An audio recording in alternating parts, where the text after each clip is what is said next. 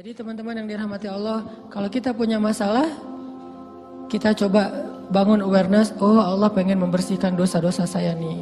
Terus kita berdoa, ya Allah bantu saya, ya Allah tolonglah saya, istighfar. Saya kadang-kadang ngerasa nih, kalau ada dosa, ada kesalahan, ada kekeliruan yang saya lakukan misalnya gitu, kalau saya nggak kuat istighfarnya, bentar lagi akan diuji sama Allah. Ujinya macam-macam, alhamdulillahnya ujiannya masih ketahan. Pasti diuji sama Allah. Kalau istighfarnya nggak kuat, taubatnya tuh nggak kuat, langsung diuji sama Allah. Dan saya langsung sadar, oh benar berarti yang tadi ini lagi dihapus sama Allah nih. Perkencang lagi, perkuat lagi istighfar. Kenapa? Karena kalau istighfar kita kuat, berarti kan dosa kita dihapus dengan istighfar ya. Otomatis ujian kita durasinya berkurang. Makin kuat istighfar, makin berkurang. Kalau istighfarnya udah mantap, udah selesai, Allah cabut tuh ujian kita. Diganti dengan kebaikan. Jadi teman-teman, kita coba sadari, oh kalau Allah menguji saya, memang saya banyak dosa. Sebelum kita mencari kambing hitam, nyalah-nyalahin orang lain, sebelum kita marah kepada orang lain, kadang wajar kita marah kepada orang lain gara-gara ucapannya, komennya, teks dari dia, wajar. Tapi sebelum itu, marah dulu kepada diri kita atas dosa dan kesalahan kita yang baru saja kita lakukan. Atau yang dulu kita lakuin dan belum benar-benar kita tinggalkan. Kalau kita ngerasa banyak dosa di masa lalu sebelum kita taubat, hijrah, berarti mungkin itulah alasan kenapa sekarang kita diuji setelah hijrah.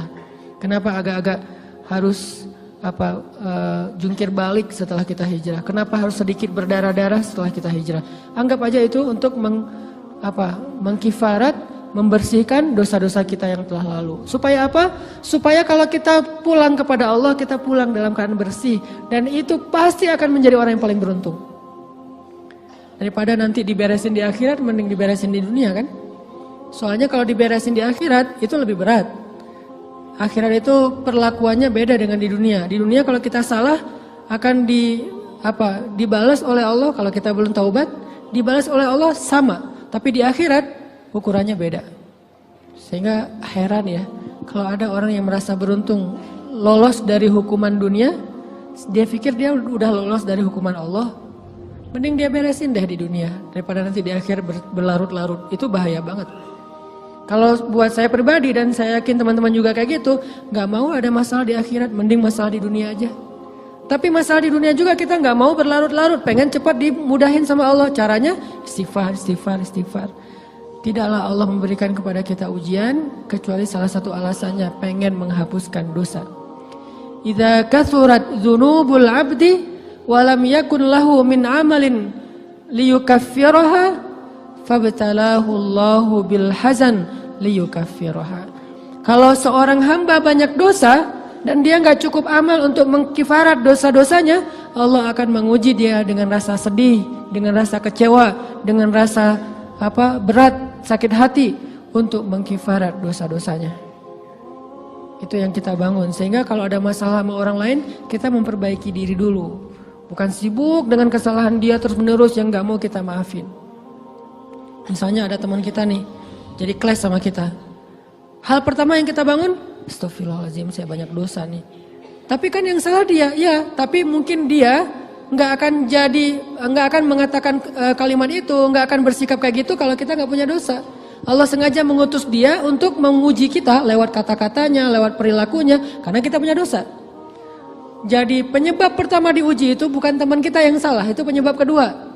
Memang dia salah dan itu harus kita akui, realistis lah. Dia salah, dia nggak pas, dia nggak bijak, dia apa. Oke, tapi yang mentakdirkan dia salah kepada kita, Allah Subhanahu Wa Taala. Kenapa Allah takdirkan gitu? Karena kita masih punya banyak dosa. Allah kirim kita ujian, bisa manusia, bisa alam, bisa dalam diri kita sendiri. Itu semuanya adalah cara Allah untuk menguji kita dan membersihkan dosa-dosa kita. Ini yang kita bangun pertama. Yang kedua, kata Nabi di dalam hadis Bukhari, "May yuridillahu bihi khairan." Yang terkenal kan yufaqihu fiddin, itu yang terkenal. Ternyata ada dua modelnya. Ada may yuridillahu bihi khairan yufaqihu fiddin. Siapa yang Allah pengen kasih dia kebaikan agama, kebaikan, Allah akan buat dia mengerti halal dan haram. itu berarti Allah sayang sama dia. Ini satu model hadis. Ada model yang kedua, mirip redaksinya. May yuridillahu bihi khairan yusib min. Hadis Bukhari. Siapa yang Allah pengen ngasih dia kebaikan, Allah uji. Hah? Kok gitu caranya? Ternyata kayak gitu rahasianya. May yuridillahu bihi khairan, may yuridillahu bihi khairan. Siapa yang Allah pengen ngasih dia kebaikan, Allah kasih dia musibah atau ujian. Kenapa bisa seperti itu, Ustaz? Fa inna ma'al usri yusra, inna ma'al usri yusra. Seolah-olah Allah bilang di dalam ayat itu, kalau kalian mau dapat kemudahan, biasanya lewatnya kesusahan dulu. Kalau kalian pengen dapat keberuntungan, biasanya dapatnya kerugian dulu. Tapi keberuntungan dan kerugiannya pasti nggak sebanding. Keberuntungannya jauh lebih besar daripada kerugiannya. Kerugian itu kayak modal doang, DP. Jadi kalau kita mau dapat kejutan dari Allah, Allah kasih kita DP. DP-nya apa? Ujian. DP-nya musibah. DP-nya rasa nggak nyaman. Itu DP tuh. DP terhadap apa? DP dari Allah terhadap hadiah-hadiah besar yang Allah pengen ngasih ke kita setelahnya. Cuman banyak orang yang menolak DP ini. Sama kayak kita misalnya.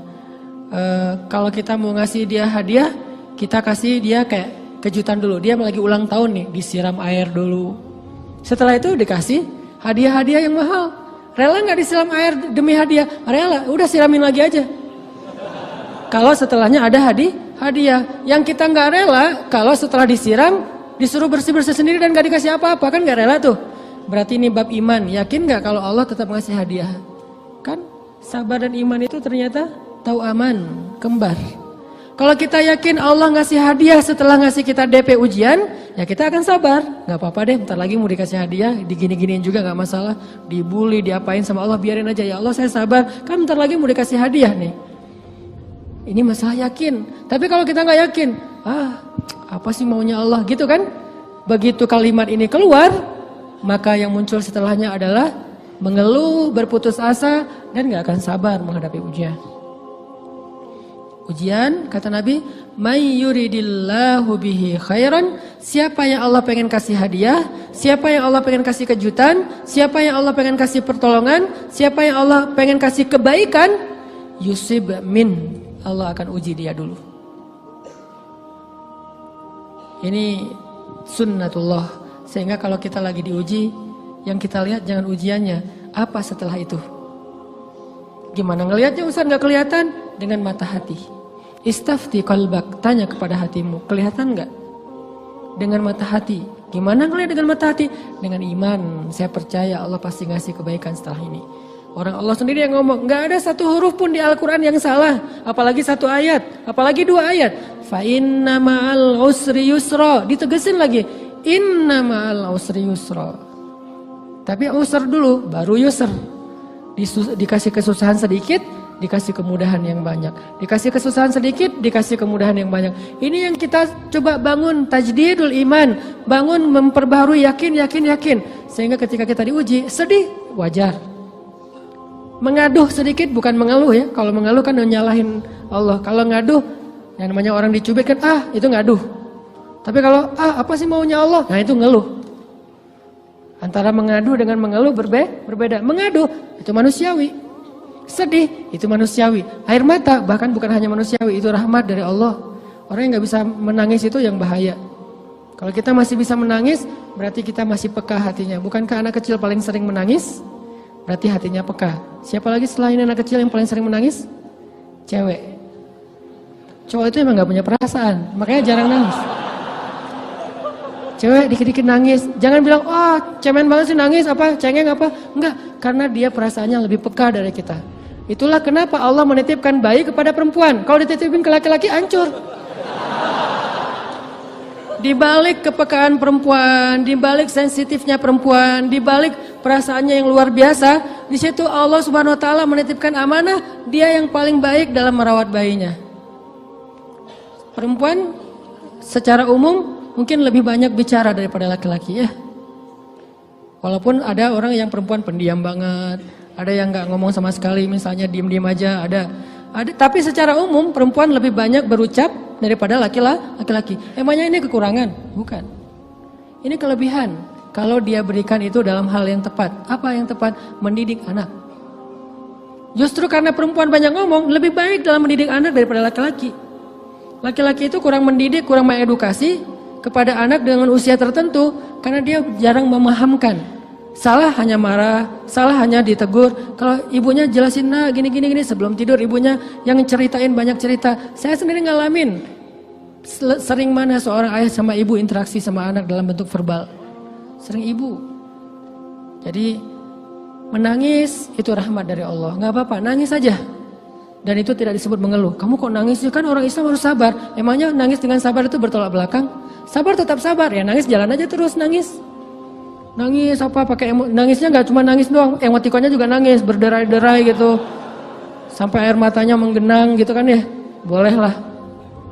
Ditambah lagi dengan visual menangisnya posting bahwa dia lagi tertusuk duri dengan postingan kaktus atau apalah. Dia pengen share ke semua orang bahwa saya sedang sedih. Sehingga nanti ketika ada orang yang menghibur dia dengan sedikit kata-kata yang sabar ya segala macam, wah makin berderai-derai.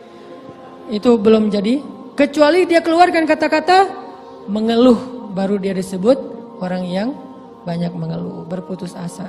Kalau mengadu wajar, walaupun ada nabi udah diuji berat nggak mau mengaduh, apalagi ngeluh. Zakaria digergaji mengadu aja nggak. Kenapa? Karena kata malaikat kalau kamu mengaduh sedikit aja, maka Allah Subhanahu Wa Taala akan menghancurkan kaum ini. Dia kasihan kepada kaumnya nggak mau mengaduh. Satu-satunya orang yang kita tidak boleh mengadu hanya orang tua. Atau itu mengeluh kalau untuk orang tua. Kalau yang lain nggak disebut mengeluh. Kalau ke teman, malas nggak apa-apa. Jangan sering-sering tapi. Apaan sih? Ke teman boleh. Tapi ke orang tua, saja itu bukan lagi mengadu, itu sudah mengeluh. Khusus untuk orang tua. Kalau di antara manusia. Kalau kepada Allah dan Rasul, pastinya lebih dari itu. Ketika kita diam saja, tidak langsung beranjak sami'na wa ata'na labbaik ya rabbi wa sa'daik, enggak memenuhi panggilan Allah, itu sudah disebut bagian dari kufur ingkar. Tapi minimal kita mungkin masih mengaduh, kita masih menangis, kita masih lelah, kita masih merasa lemah, setidaknya kita tidak mengeluh. Kenapa? Kita percaya Allah kalau mau ngasih hadiah kepada hambanya, DP-nya itu ujian. Dan yakinlah hadiahnya minimal 10 kali lipat lebih baik daripada ujian itu. Minimal, karena nggak ada amal soleh yang dibalas di bawah 10 kali lipat tuh nggak ada. Amal soleh, amal ya bukan niat. Amal yang udah kita kerjakan minimal dibalas 10 kali lipat, minimal. Maksimalnya bighairi hisab, tanpa batas. Bighairi hisab, tanpa batas. Ada yang 700 kali lipat kayak sedekah, tapi tetap aja ayat sedekah di akhirnya ujung-ujungnya apa? Bighairi hisab juga kan? Berarti sedekah itu minimal dibalas 700 kali lipat minimal. Kalau kita yakin. Selalu syaratnya kalau kita yakin, dan saya ngebuktiin itu banget.